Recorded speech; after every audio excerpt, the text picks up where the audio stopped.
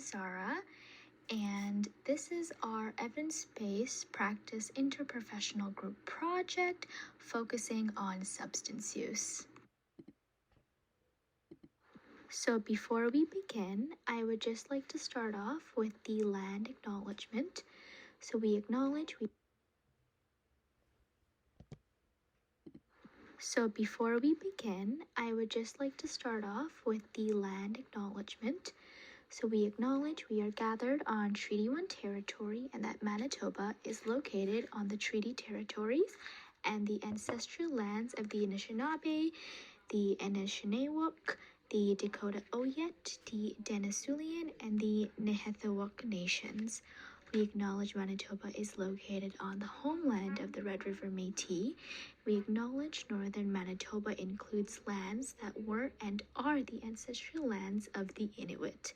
We respect the spirit and the intent of the treaties and treaty making and remain committed to working in partnership with the First Nations, Inuit, and Métis people in the spirit of truth, reconciliation, and collaboration. So moving on to my portion of the presentation, my chosen profession was neurologist, and my first article is titled The Neurobiology of Addiction. So the main purpose was to investigate the neurobiological changes that occur when individuals transition from recreational substance use to addiction. So the type of study was a combination of observable and experimental approaches, which included advanced imaging techniques, access to brain activity, neurochemistry, MRIs, and others as well. So some of the key findings were that binging and intoxication increase that insensitive salience and reward sensitivity.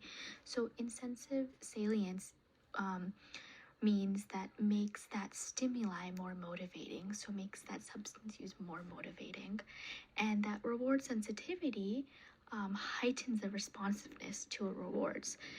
So rather than being a little bit happy about getting a reward, it heightens the feeling you get after getting a particular reward, which is in this case substance use or drugs. Second key finding was withdrawal negative effect, so decreased reward sensitivity and increased stress responses. So some rewards are less appealing, which means that regular day-to-day things that would bring one reward or bring one happiness became less appealing after those participants started using drugs. And it went from, that recreational substance use to that addiction. So other rewards became less appealing and substance use became more appealing, and which also led to stress, and more stress led to feelings of discomfort and anxiety. And the third key finding was that preoccupation and anticipation, so compromise, executive function, and habitual drug-seeking behavior. So many participants, it was hard for them to control those impulses. So even if they did not want to take that drug, it was really hard for them to stop themselves. And also because they were driven by those strong cravings and those routine actions, right? Which again leads into that reward system and etc. So the conclusion of this article was that addiction is a very complex interplay of neurobiological changes and behavioral adaptation. So it's really, really important to understand these mechanisms to develop a targeted prevention and treatment strategy for each individual patient. Now, moving on to my second slide, it really does talk about what I ended my first slide off with, which was creating prevention interventions that are more personalized to the patient. So this article talks about using a RDOC-based approach for those prevention interventions, and I will explain more what a RDOC approach is as I move along. Now, the main purpose of this article was to identify high-risk adolescents adolescents and develop targeted prevention strategies that are informed in neurobiological mechanisms, which ultimately improve intervention outcomes. So, the type of study was a systematic review of randomized controlled trials. And some of the key findings were that interventions tailored to specific personality traits such as impulsivity and sensation seeking were very effective. Now, these traits are linked to those neurobiological factors such as brain areas that involve reward processing and impulse control, which can influence the susceptibility to substance use. As I was talking on my previous slide, the reward processing goes up when you take substance and down for others, and then it's hard to control your impulses the more you do that particular substance. Now, the second key finding is that the research domain criteria, the RDOC framework, facilitated a better understanding of how different factors contribute to that substance use risk, which can lead into a disorder later on in life. So, the RDOC is a framework for understanding mental health disorders. And this focuses on factors such as genetics, brain functions, thoughts, and behavior.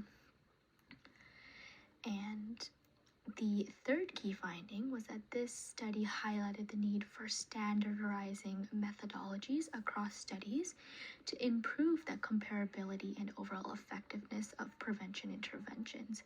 So the use of the RDOC framework enhances this understanding of how different biological and physiological changes contribute to those substance use disorders or substance use addictions, and they can lead to more risk. And this also leads to a more targeted intervention strategy. So that framework is there in order for the participants to really be identified of why they are suffering this substance use, or what is their reason that they are at risk for substance use disorders. So really the main conclusion of this article was that the RDOC framework improves substance use disorder prevention by tailoring interventions to individual risk factors, so making it more personalized, right? This approach boosts intervention effectiveness and integrates neuroscience with behavioral health, and is super important for advancing addiction research and treatment.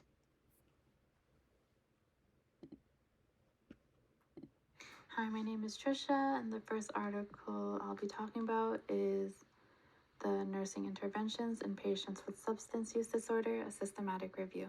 So the first thing I'll be talking about is the purpose. And the purpose of this study is to analyze current evidence related to non-pharmacological interventions delivered by nurses, either to full-time or part-time patients, to increase abstinence on substance use disorder.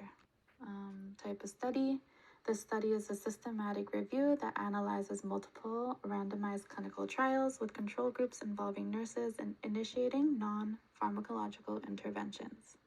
Some of the key findings in this article focus on telematic virtual follow-ups. That means that patients that were provided with information on how to stay abstinent through text messages on how to stay abstinent showed an increase in abstinence. The second point made was that physical exercise and or relaxation, the effectiveness of this intervention shows that focusing on mindfulness and listening to calming or peaceful music actually increases the abstinence up to 6 months in addition to cognitive therapy sessions. And the third point that was made was about health education.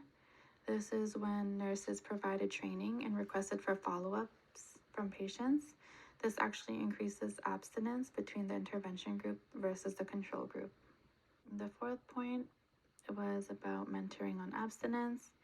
This is when the intervention is a client-to-client mentorship, meaning that patients who continue the withdrawal process actually result to mentoring patients who have just begun, resulting in an increase in abstinence. And lastly, the financial incentives.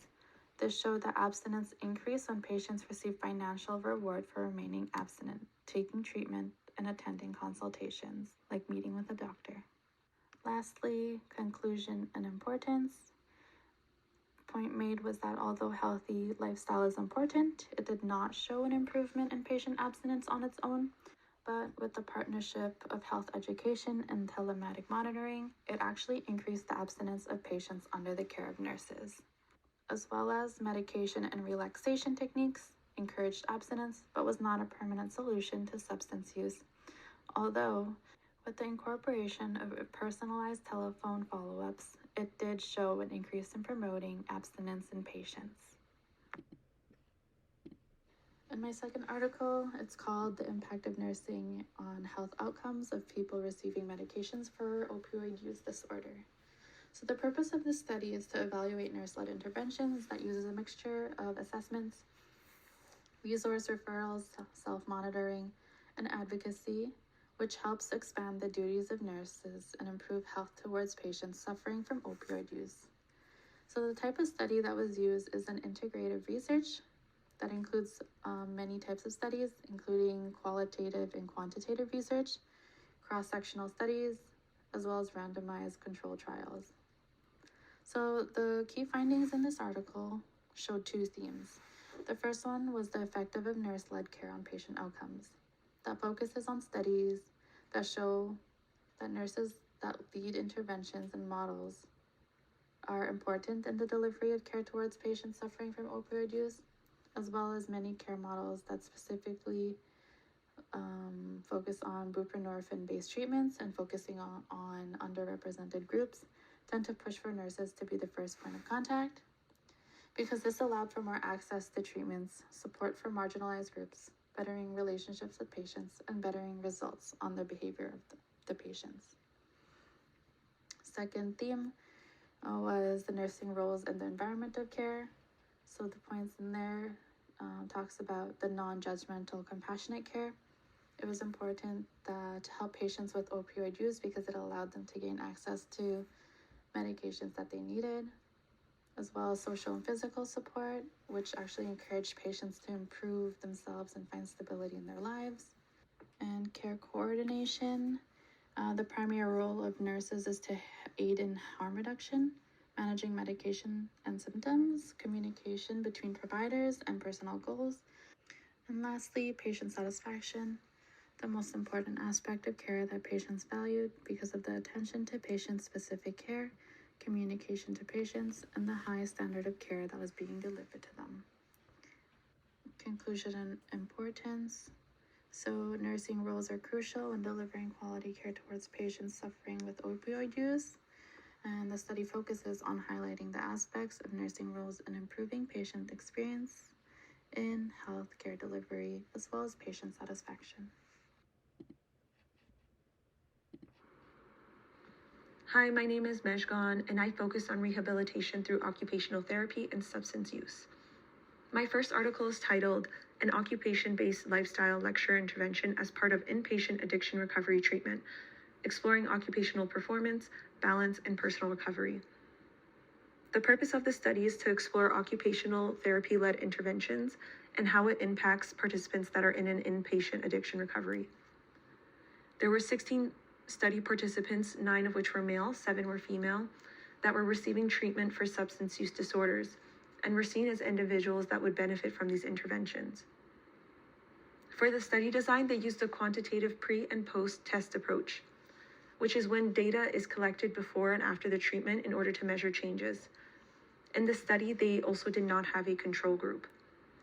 The first key finding of this research article is their participation and dropout rates. There was 29 individuals which met the inclusion criteria and were invited to participate. While 21 participants initially consented and completed pre-assessment measures, 8 participants later declined further involvement. 3 participants did not complete the program, and 2 participants failed to return post-assessment measures before discharge. These dropout rates and failure to return post-assessment data was calculated to 44% of the total 29 individuals. The second finding is the improved occupational performance and engagement post-intervention. These results showed that the group that did participate demonstrated improvements in occupational performance, activity engagement, and occupational balance. Lastly, This research found that participants displayed an increased awareness of recovery and functional difficulties, where participants reported greater awareness of early warning signs of relapse. It helped participants identify how substance use impacts daily structure, motivation, and social networks. Overall, these findings suggest that individuals participating in the occupational therapy group intervention led to increased engagement in meaningful occupation, particularly in leisure and self-care activities. This study is important as it reinforces the need for integrating occupational therapy into multidisciplinary addiction treatment programs and calls for further research to expand on these findings.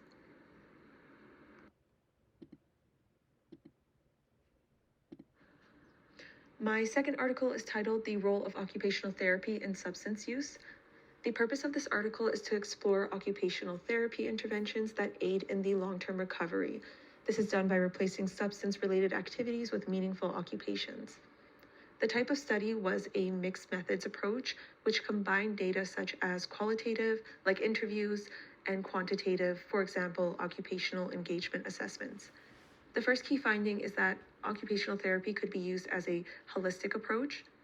Unlike a traditional medical model, occupational therapy does not solely emphasize quitting substance use, as it can help individuals engage in new meaningful occupations such as yoga, walking, or any type of other sports. Second, the occupational therapy intervention combined with evidence-based treatment can improve recovery. So this demonstrates that occupational therapy is not a standalone approach, but it can enhance and complement existing therapeutic models.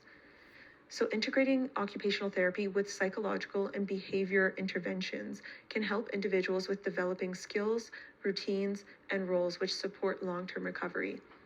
The last key finding is the impacts of substance use on occupational performance.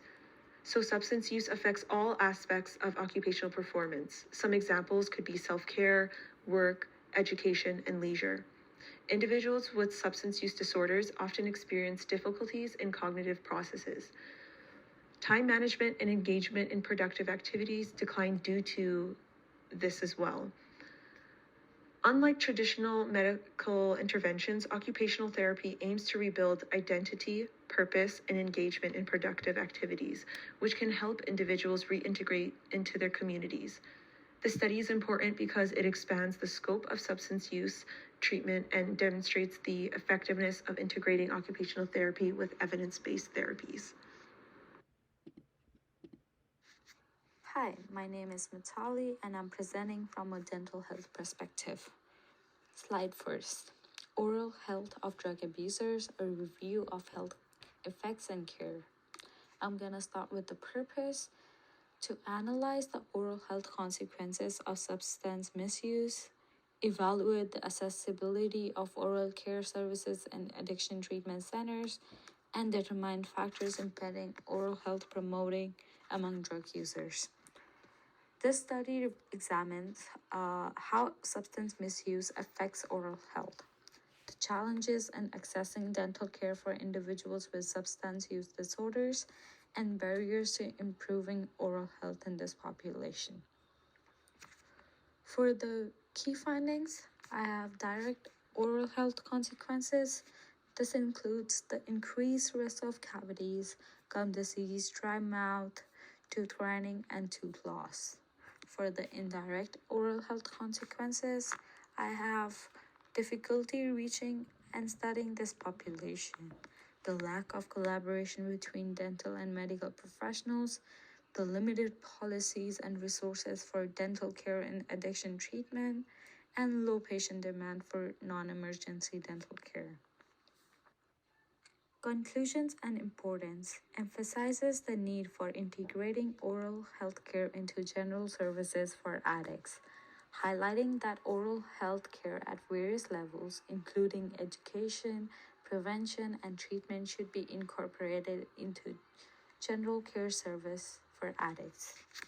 To sum up the slide, oral health care should be integrated into addiction treatment programs. Education, prevention, and treatment must be part of the comprehensive approach. Thank you. Hi, my name is Mitali and I'm presenting from a dental health perspective. Slide first. And for Oral the next health slide, of drug slide 2. abusers, a review of health effects and care. I'm gonna start with the purpose to analyze the oral health consequences of substance misuse, evaluate the accessibility of oral care services and addiction treatment centers, and hi, my name is Mitali and I'm presenting from a dental health perspective. Slide first. Oral health of drug abusers, And a for the review next of slide, health slide 2. effects and care. I'm gonna start. Hi, my name is Mitali and I'm presenting from a dental health perspective. Hi, my name is Mitali and I'm presenting from a dental health perspective. Slide first. Oral health of drug abusers, a review of health And for the next effects slide, and care. slide 2. I'm A gonna start with the systematic review purpose and to analyze the oral health consequences of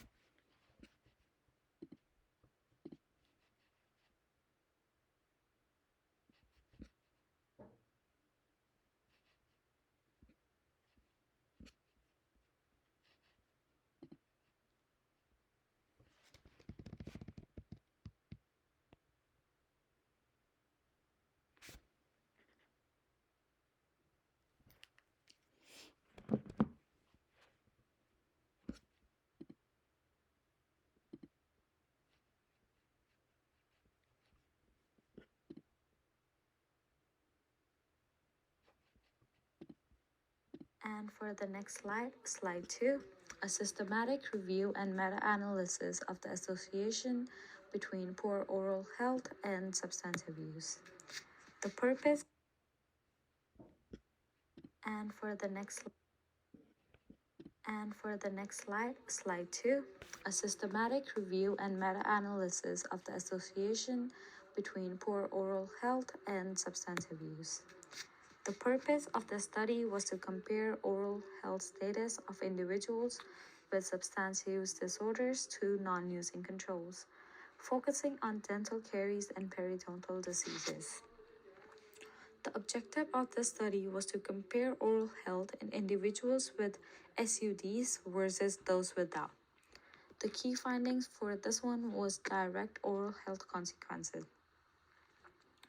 SUD patients had significantly worse dental health. They had more decayed, missing, and filled teeth, fewer dental restorations, showing poor access to care, greater tooth loss, and more severe gum diseases. In conclusion, patients with substance use disorders have more severe dental caries and periodontal diseases than the general population, but are less likely to have received dental care. This underscores the need for targeted dental interventions and improved access to dental care within this population. To sum up the slide, people with substance use disorders have poorer oral health but receive less dental care.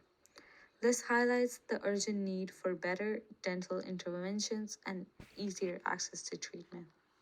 Thank you.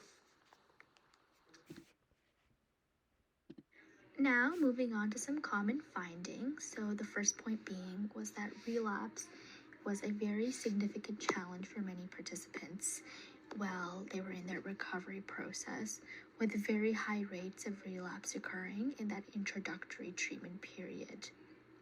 The second finding was that individuals that would engage in leisure activities such as physical exercise, such as walking, running, weightlifting, and any sort of sport, would be able to substitute the need for substance use by that leisure activity acting as a dopamine release hormone.